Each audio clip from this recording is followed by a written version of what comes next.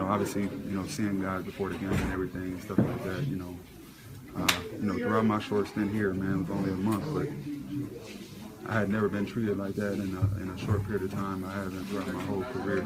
Obviously, it takes time to build friendships over a period of time, but man, something that I had here for 1 month was a blessing.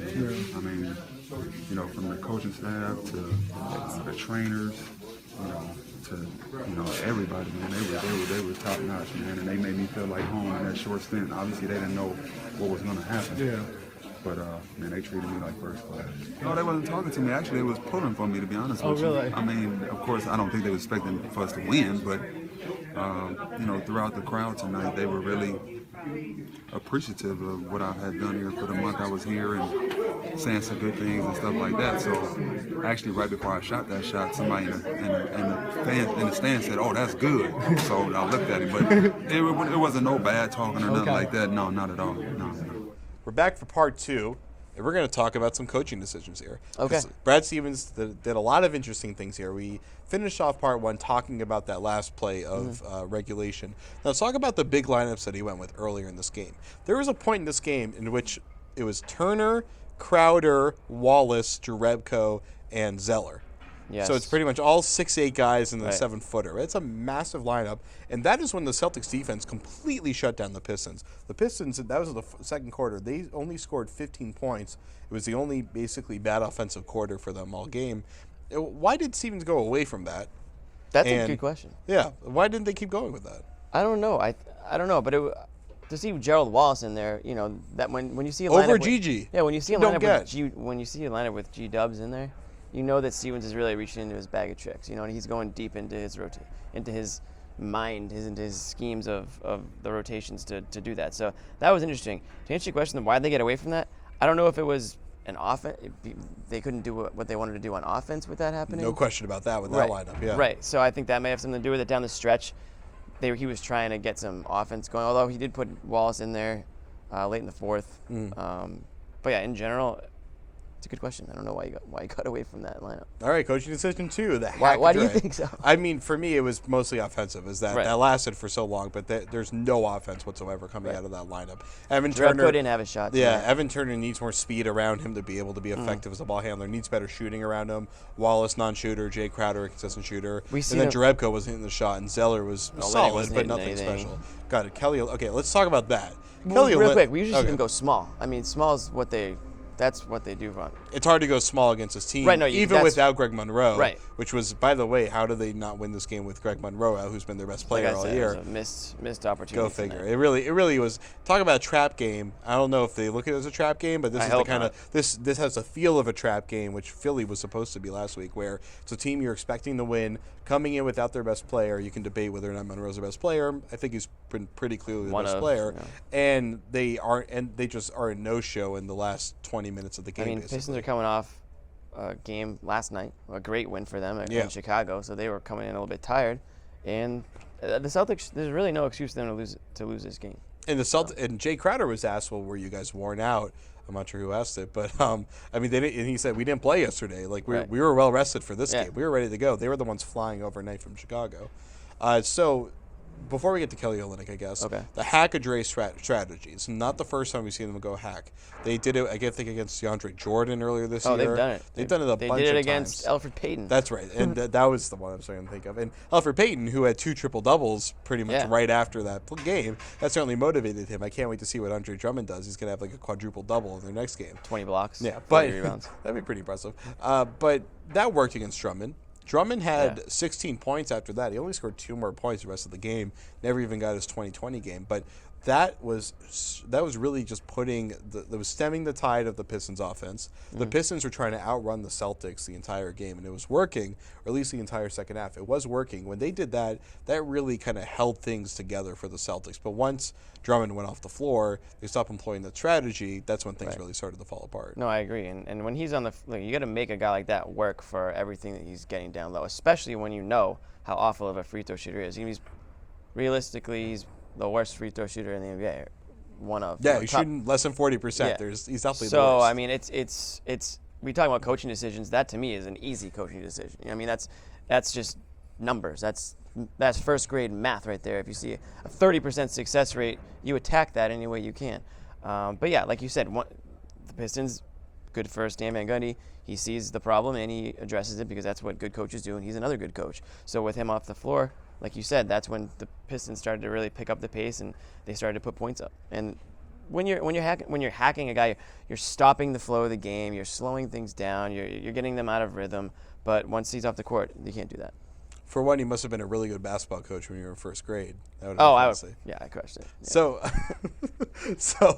Kelly Olynyk, he's a lost man out there.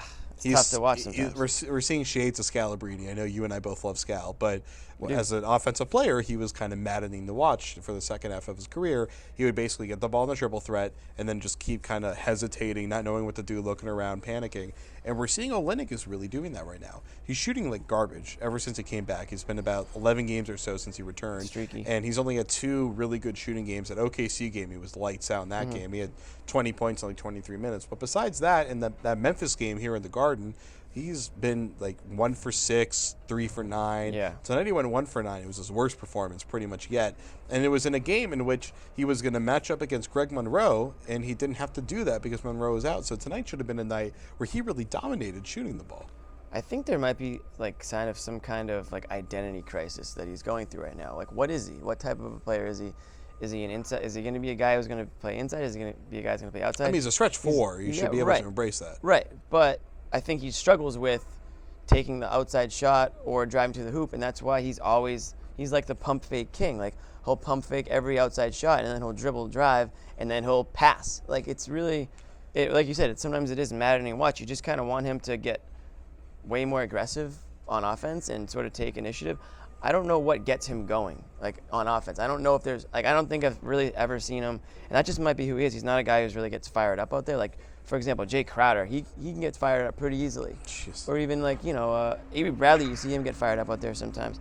But I really don't see it with Olynyk, even if he is having a good offensive game. I don't know if that's something that's just who he is or what, but I think he's thinking a lot out there, and he just needs to, sometimes you just play your best when you just simplify things and you just play. Well, Kelly's the kind of guy where he's not really good at anything. He's just decent in a lot of different areas because of his size. He's still young, though. I think. He's got plenty of time to be good. I mean, he's got a lot of potential. But right now, he's a guy that's just decent in a lot of areas. And because of his size and because of the fact that he's usually at the 4 or the 5, that creates major matchup problems. And that's where his effectiveness comes into play. But if teams don't have to worry, if teams are begging him to shoot the ball, then they lose that matchup problem and he becomes an actual liability. And that's what we saw tonight. Yeah, and I think shooting aside, he didn't have an awful game. I think he was still a plus on the plus negative, which I know is a tell you how invaluable that is. Yeah, it's a flawed stat. Or not valuable. We talked about this in the last video. The thing that stood out to me wasn't how bad he shot. It was the end of the fourth quarter transition defense where he let Tayshaun Prince take that wide open 3. I mean, it's so clear. Yeah. It was almost like you didn't even think that you didn't even see him the whole time. You have to have your eyes peeled. You have to know where everybody is on the court. And when the team's down 2 points, they're looking to take the lead. Like, they're looking for a 3, and you've got a great 3-point shooter from the corner sitting there wide open. You have to know. And I'm pretty sure Brad Stevens was ticked off at that as well. I think I saw somebody tweeted that he yelled at Olynyk pretty hard after that play. So. Wow, Brad Stevens showing emotion, yelling at his players. That's, I mean, by the way, it took Stevens Olynyk out. Yeah, and it took Stevens a while to come out of the locker room tonight. I can imagine there was a lot of gosh darn it's after the game. Yeah. A lot of nincompoops being thrown around. So let's get out of here. Box and ball rapid fire for me. My baller is, we talked about him. Jay Crowder. Even though they lost, I thought Crowder, he came in he started tonight. He didn't start at point guard, but he came in place of Smart, who was suspended. And he gave 45 minutes. I mean, that's a lot for a guy who doesn't start. And I thought he gave him the energy. He had he had 19 points, 7 rebounds, 5 assists. Sorry, 3 assists, 7 rebounds. He had a good game. First grade. He's my baller, yeah. First grade math. And then boxing out? Boxing out is Drummond's stat line. I mean, 22 rebounds, 18 points, but 2 of 11 from the free throw line. Most importantly. For me, baller of the night is KCP. I've been a big fan of his ever since he came in here. Dropped like 5 threes a few years ago, and he has just been killing it ever since, every time he comes into Boston.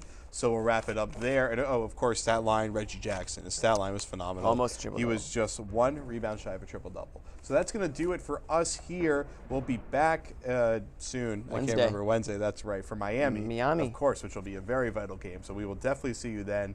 Lynda.com, Peak Organic Brewing, our sponsors. We love them, and you should too. So Google them, look them up. They have some great stuff. Like us on Facebook, blah, blah, blah. This is the Garden Report on CLNS Radio and Celtics Blog.